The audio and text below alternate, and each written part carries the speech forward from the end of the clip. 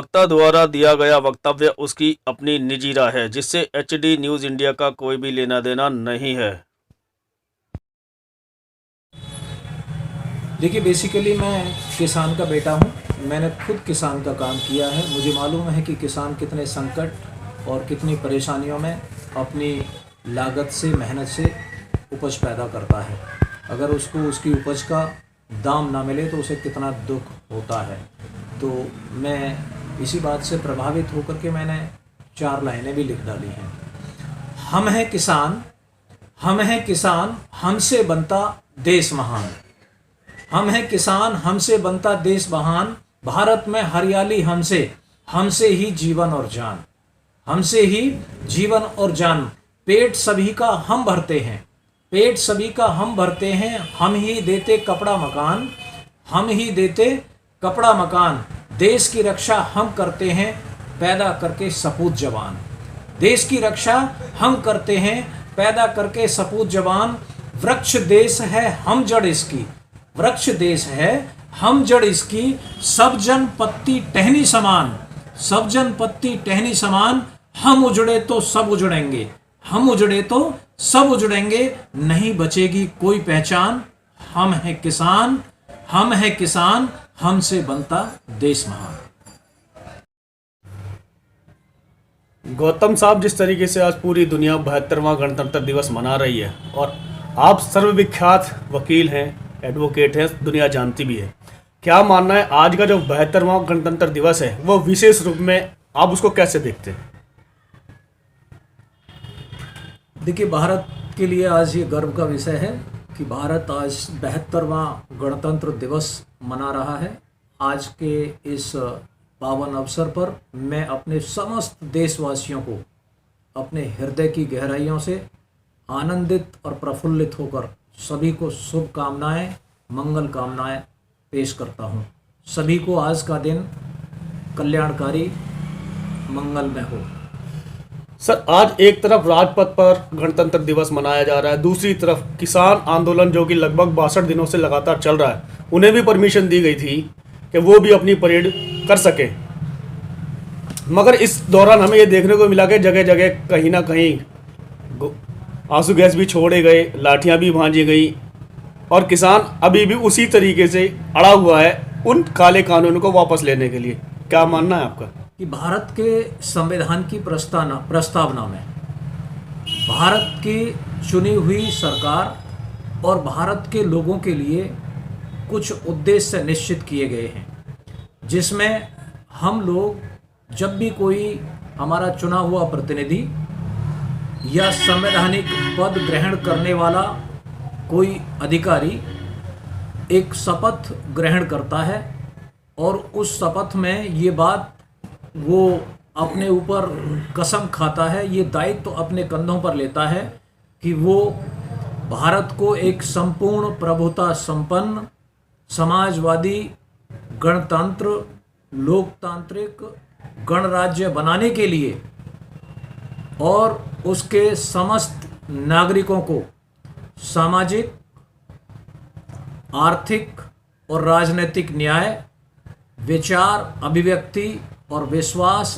धर्म और उपासना की स्वतंत्रता, व्यक्ति की प्रतिष्ठा, अवसर की समानता और उन सब में भाईचारा स्थापित करते हुए व्यक्ति की गरिमा को बनाए रखकर देश की एकता और अखंडता को सुनिश्चित करते हुए वह अपने कर्तव्यों का निर्वहन करेगा।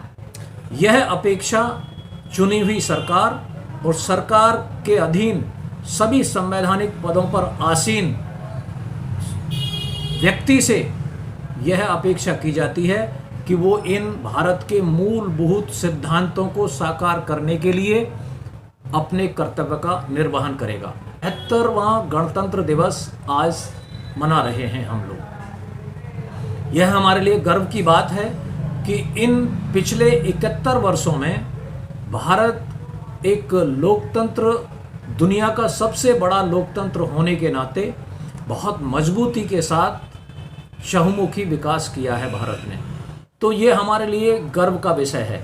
और एक लोकतांत्रिक गणतंत्र और संप्रभुता संपन्न राज्य से ये अपेक्षा की जाती है कि उसकी चुनी हुई सरकार आपसी सलाह मशवरे से, परामर्श से, कानून विधि के द्वारा स्थापित नियमों के अनुसार अपनी सरकार का संचालन करेगी और ऐसे कानूनों का निर्माण करेगी कि जो इन उद्देश्यों की प्राप्ति में सहायक हों। इसमें अन्नदाता, जो इस देश की रीढ़ की हड्डी है, जो इस देश रूपी वृक्ष की जड़ है, किसान, उसे अपने अधिकारों के लिए यहाँ 72वें गणतंत्र दिवस के अवसर पर 62 दिन का आंदोलन करना पड़ता है अपने अधिकारों की रक्षा के लिए, अपने मूलभूत अधिकारों की रक्षा के लिए।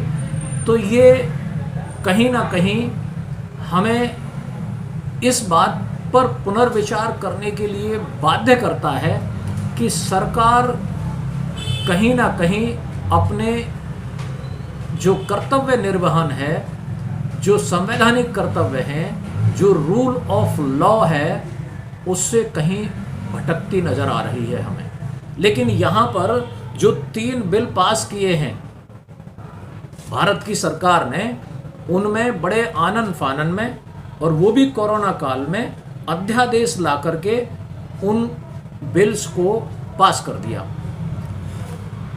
वकील साहब, यहाँ पर एक चीज देखने को ये मिलती है कि जो 3 कानून की बात की जाती है, चाहे वो एमएसपी हो, चाहे वो एपीएमसी हो, चाहे वो भंडारण हो, क्या आपको लगता नहीं है कि संविधान के मुताबिक जो रोक, जो पाबंदी, जो नियम बनाए गए थे, उनको कहीं ताक पर रख दिया गया इन नियमों को लेकर के? मूलभूत अधिकार के लिए मिनिमम सपोर्ट प्राइस, जिसको एमएसपी कहते हैं, उसको भारतीय सरकार को सुनिश्चित करना चाहिए। अगर वो सुनिश्चित नहीं होता है तो किसान जिस मेहनत के साथ, जिस लागत के साथ अपनी फसल को पैदा करता है, अगर उसका उचित मूल्य नहीं मिलता है तो उसके मूलभूत अधिकार का हनन होता है। यहाँ जिस प्रकार से यहाँ पर एपीएमसी या भंडारण की सुविधा या कॉन्ट्रैक्ट फार्मिंग की जो बात की जा रही है, इस कॉन्ट्रैक्ट फार्मिंग के माध्यम से किसान एक समय के बाद, पहले तो जो उद्योगपति हैं वो कॉन्ट्रैक्ट फार्मिंग के माध्यम से किसानों को लालच में ले लेंगे, झांसे में ले लेंगे, और शुरू में या कुछ समय तक एक अच्छा उचित मूल्य देंगे और उसके माध्यम से किसान को अपने जाल में फंसा लेंगे और एपीएमसी या लोकल मंडी समाप्त हो जाएंगी, और कुछ फिर उसके बाद किसान ही, जो एक उद्योगपति है, वो ही एकमात्र विकल्प रह जाएगा किसान के लिए अपनी फसल को बेचने के लिए। जब वो विकल्प अकेला रह जाएगा तो किसान के साथ वो उद्योगपति मनमानी करेंगे, अपनी मनमर्जी के हिसाब से उनको दाम देंगे, क्योंकि उसमें जो मिनिमम सपोर्ट प्राइस है वो फिक्स नहीं किया गया है। जब मिनिमम सपोर्ट प्राइस फिक्स नहीं किया गया है तो वो जनता की या किसान की फसलों को, किसान की उपज को मनमाने दाम पर खरीदेंगे और किसान मजबूर होगा, और इस तरीके से किसान धीरे धीरे करके कमज़ोर हो जाएगा, उसकी आर्थिक स्थिति कमज़ोर हो जाएगी और वो उसका खेती बाड़ी से मोह भंग हो जाएगा। खेती बाड़ी से मोह भंग होने के बाद ये उद्योगपति उसी किसान की ज़मीन पर फिर कब्जा करेंगे और किसान अपनी ज़मीन तक से हाथ धो बैठेगा। वकील साहब, मेरा एक सवाल यहाँ पर ये भी आता है कि जिस तरीके से हमने इतिहास में पढ़ा है, ब्रिटिश इंडिया जो कंपनी थी भारत में कब्जा करने के लिए, वो इसी तरीके के कानून लेके आई थी और देश को गुलाम बनाया। क्या लगता नहीं है कि आपको कि ये जो कानून बनाए हैं वापस गुलामी की ओर ले जाने वाले हैं? हाँ, देखिए, आपने पीछे काफ़ी दिनों से आप देख रहे हैं कि जब से ये भारतीय जनता पार्टी की सरकार आई है, तब से भारतीय जनता पार्टी ने उदारीकरण के नाम पर जो सरकारी उपक्रम, जो पब्लिक सेक्टर के जो अंडरटेकिंग हैं या पीएसयूज़ हैं, वो जो सरकारी खजाने में से बने थे, जो पब्लिक के पैसे से बने थे, भारतीय जनता पार्टी की सरकार ने इस 70-71 साल में बने हुए इन पब्लिक सेक्टर अंडरटेकिंग्स को इन्हीं उद्योगपतियों को कौड़ी के दाम में बेच करके हमें उस गुलामी के दौर की तरफ धकेलने का काम किया है। क्योंकि जब उद्योगपति के हाथ में कोई भी पब्लिक सेक्टर की यूनिट चली जाएगी तो वो उद्योगपति अपनी मनमर्जी से जिसको चाहेगा उसे रखेगा, जिसको नहीं चाहेगा उसे नहीं रखेगा, तो उसमें जो पब्लिक रिप्रेजेंटेशन है, जो इवन रिजर्वेशन है, वो भी रिजर्वेशन भी वहाँ निष्प्रभावी हो जाएगा। तो इस प्रकार से जो आम जनता है वो इन उद्योगपतियों की गुलाम बनेगी, और उसी गुलामी के दौर को आगे बढ़ाने के लिए जो किसान एक मजबूत है, जमींदार है, ऐसे जमींदार और मजबूत किसान की चुनौती को भी समाप्त करने के लिए ये किसान को भी कॉन्ट्रैक्ट फार्मिंग में लाने के लिए मजबूर कर रहे हैं, जिससे किसानों की कमर को तोड़ करके उन्हें लाचार, मजबूर और गुलाम बनाया जा सके। सर, लगातार 2 बार सत्ता में काबिज हुई है बीजेपी, जिसकी हम बात करते हैं, और उनको पब्लिक ने ही वोट दे करके जिताया है। क्या कहेंगे इस विषय पर? हाँ, देखिए, मैं अभी आपको जो लोग इस देश के बुद्धिजीवी हैं, मैं उनका ध्यान, एक किताब लिखी है जो अमेरिका के वाइस प्रेसिडेंट रहे अल गोर, उन्होंने एक किताब लिखी है an assault on the reason. उस किताब में जो भी कुछ अमेरिका में पहले हो चुका है, या मोदी जी ने शायद वहाँ जाकर के इस बात को ही सीखा है जब भी कभी अमेरिका गए हैं, कि कैसे अपने देश की जनता को अमीरों का गुलाम बनाना है, और किस प्रकार से जो मीडिया है, इलेक्ट्रॉनिक मीडिया या प्रिंट मीडिया के माध्यम से, पहले प्रिंट मीडिया और इलेक्ट्रॉनिक मीडिया को उद्योगपतियों के पैसे से खरीदा जाए, और उनको अपने लिए या अपना गुणगान करने के लिए, अपनी ढपली बजाने के लिए, अपना महिमा मंडन करने के लिए रात और दिन मजबूर किया जाए, और उस मीडिया के माध्यम से पब्लिक में अपनी इमेज बनाई जाए। मोदी जी ने यहाँ के मीडिया को गोदी मीडिया बना दिया है, और उसी गोदी मीडिया के माध्यम से और ईवीएम के माध्यम से इस देश में इलेक्शन जीतने का काम किया है। जनता ने मोदी जी को इलेक्शन नहीं जिताया है।